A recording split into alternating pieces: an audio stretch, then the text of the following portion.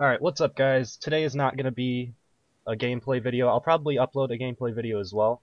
But for today, I'm going to be talking with my friend Cellfish about the 2-2 split. He kind of was a little bit confused about what is actually happening and like where he needs to position for each class. So that's what we're going to go over today. It should be good for a lot of people to learn as well. So I think that a lot of people, this should help out your gameplay as Hunter quite a bit. So, Cellfish, here we go. Your positioning as Trapper is awful. We gotta fix that so that you don't get juked like 100% of the time.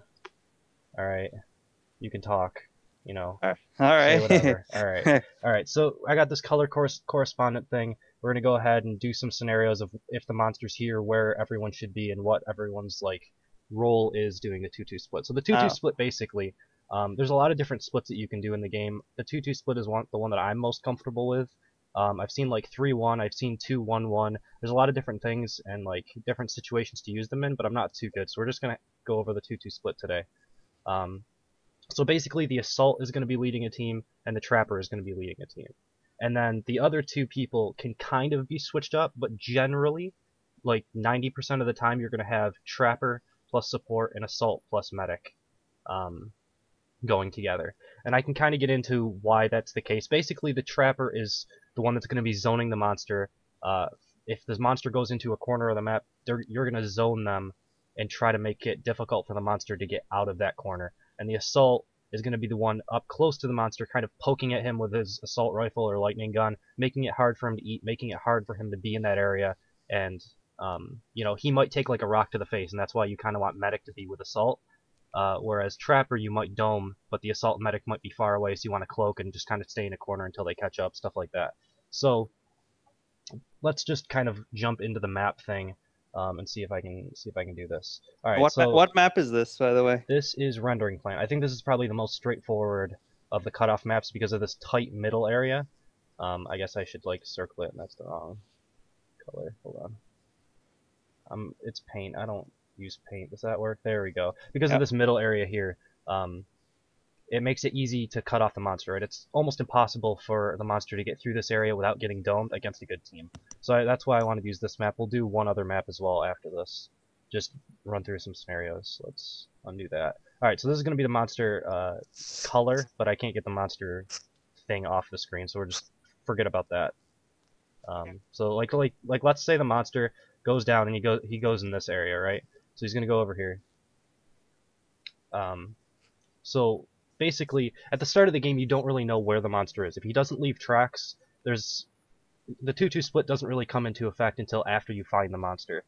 Generally, at the start of a game, if he doesn't leave tracks, you're either going to be going after buffs that you know are on the map, or you're going to be like kind of fanning out in all four directions. You know, one person could go over here, one person go over here, one person goes over here, one person goes over here, looking for signs from the monster, looking for corpses, looking for downed trees, stuff like that. Is Um, that worth a down penalty? at stage one, generally you shouldn't get a down penalty, right? You want to stay kind of within a certain range, and you're Mm-hmm. going to see signs from the monster more often than the monster being like waiting behind a corner and sneak bouncing you, right? The monster wants to get armor as quickly as All possible. right, so spot So, but don't engage. right, you don't want to engage. You want to basically say, hey, the monster's in this direction, and everyone's going to pull back to this direction as soon as you say that and head to this area, and then you'll pick up into that 2-2 split is what will happen. Okay? Okay. So let's get all those ugly lines off of the screen. Okay, so let's see if I can do this.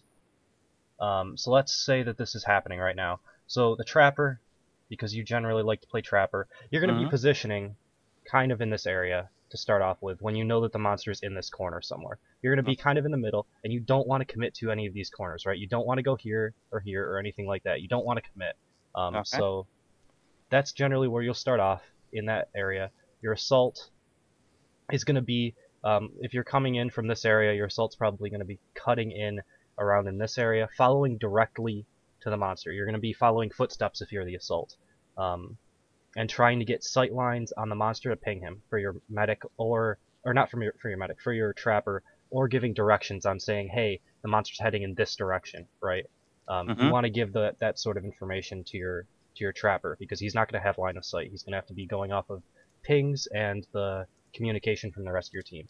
Your Mm-hmm. medic wants to hang back slightly from the assault, but not so far that he can't interrupt a sneak bounce. But the medic doesn't really have any way to survive by herself, right? The whole reason why Assault is the one that's right up next to the monster is because he's got that shield. That shield will give him enough time if he gets sneak pounced to let the rest of the team come in, get the dome, and deal with it accordingly, right? Get him off, get him healed, all that sort of thing. So I'd say the medic wants to be maybe 20 to 30 meters back, maybe 15.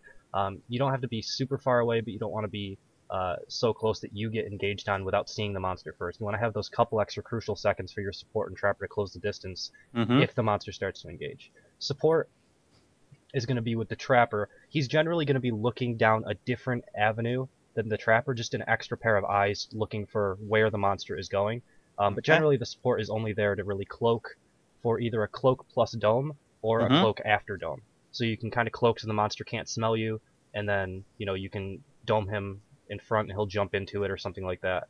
Or you can get the dome on him and then the monster gets super angry at the trapper, tries to take down the dome. You want to be able to cloak him and help the trapper survive until the medic arrives. So he's going to be just generally with the trapper at almost all times. Maybe your sight lines will be like this way, whereas the trapper's sight line will be like this way. So you'll both be looking in a different direction so you can see the monster if he's trying to cut around or anything like that. But that doesn't matter too much. Okay, so let's go back and do the monster thing.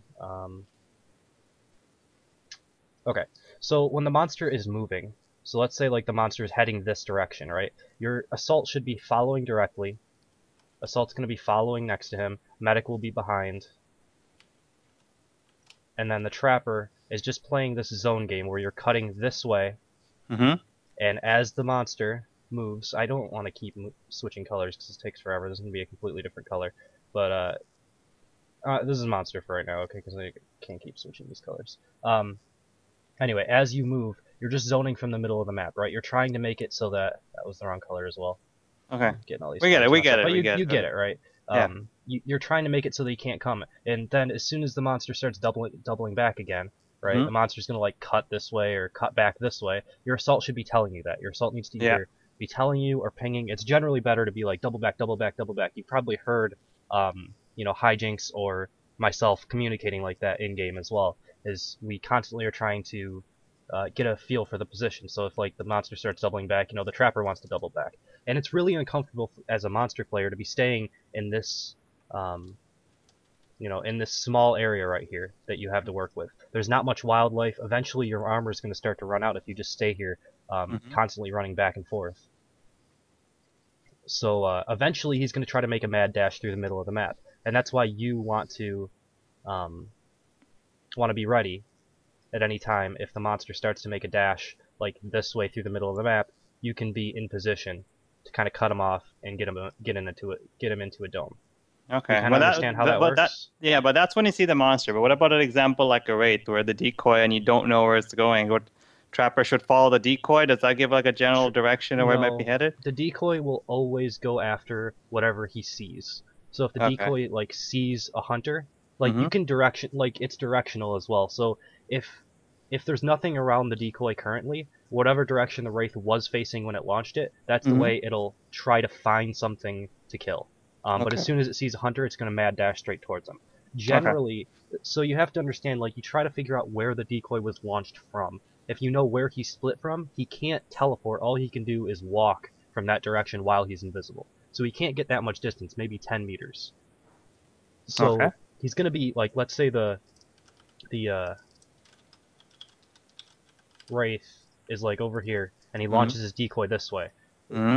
While that decoy is out and you can see it, he's not going to be able to move very far because he can't teleport. Teleporting removes the decoy from the map and makes the wraith visible. So he's going to maybe be able to get to like this area. He's going to be in the same general area, but as soon as that decoy goes away, generally wraiths will teleport 3 times. So wraiths at this point is an exception because it's a problem right now. They're going to nerf wraith eventually, right? It's already in the patch notes. They're going to make his movement warp ability slower, and they're going to cut down the range on his warp blast so he can't dome dodge as easily. You're not going to be able to, generally against a decent wraith, you're not going to be able to dome him unless he wants to be domed. Like, it's really difficult to do. Yeah, so no kidding. this kind of really only applies to Kraken and Goliath. Yeah. Audio cues are also really important because a lot of the time the communication from your teammates is going to be slightly delayed as the monster is approaching you, right? Like if the monster is cutting this way, like your assault's going to be pinging him maybe here and here, but as soon as he loses that sight line, your monster doesn't know, your assault doesn't know if he's going to be cutting back this way or if he's going to be coming to you. So those Mm-hmm. audio cues are really important. Where if you're the trapper and you're headed in this direction, you will be hearing him over here. You're going to be hearing that audio cue in your like what is it left your left headphone. So that's really important to keep that in mind as well as listening for those cues because you'll be able to hear him if he's going away or coming towards you, and then you want to kind of cut him off and get the dome. So, I don't know. Do you have any more questions? I mean, it's kind of straightforward. You just kind of look Yeah, for that yeah, got center it. area and just zone him, right? You want to basically not let him through this path if the monster's over here. And you just All run right. back and forth, and the monster's going to run out of food. He's going to have trouble eating anyway because the assault's going to be poking him. But you do not want to Okay. commit to the map Mm-hmm. unless he engages on the medic in assault, right? If he starts fighting, then you can start to approach. You don't want to use all of your jetpack until you know that you can get the dome, because a lot of the time, especially what I'll do as monster when I'm in this situation, is I'll start fighting the assault and the medic here, and as soon as I see the trapper in my smell range coming towards me, I make a mad dash out of it, and I try to dodge the dome that way. So you want to be careful, and kind of even if as soon as you can like see the monster, see if he's wasting his traversals, right? If he's jumping a lot and trying to keep up with them, he's probably going to stay to fight. If he's just like walking next to the medic, auto attacking or whatever, he's probably going to try to run. So you might want to like save some jetpack to be able to deal with that. But that's a lot more, advanced stuff. I mean, it's difficult, right? But generally, like more, like I'd say 75% of the time, the monster's going to try to make a mad dash out, and you're going to be able to cut him off and dome him, like more often than not. All right, sounds good. Can we practice? Yeah, I mean, I think that's basically it. It's like, All right. let me just show on the map really quick. Like, if the monster's over here, you want to zone him from this area. If the monster's over here, All you right. want to kind of zone this area. If you think that the monster may be like in front of you, like let's say you get juked slightly Mm-hmm. and you're like over here, and the monster might Mm-hmm. be like here, right?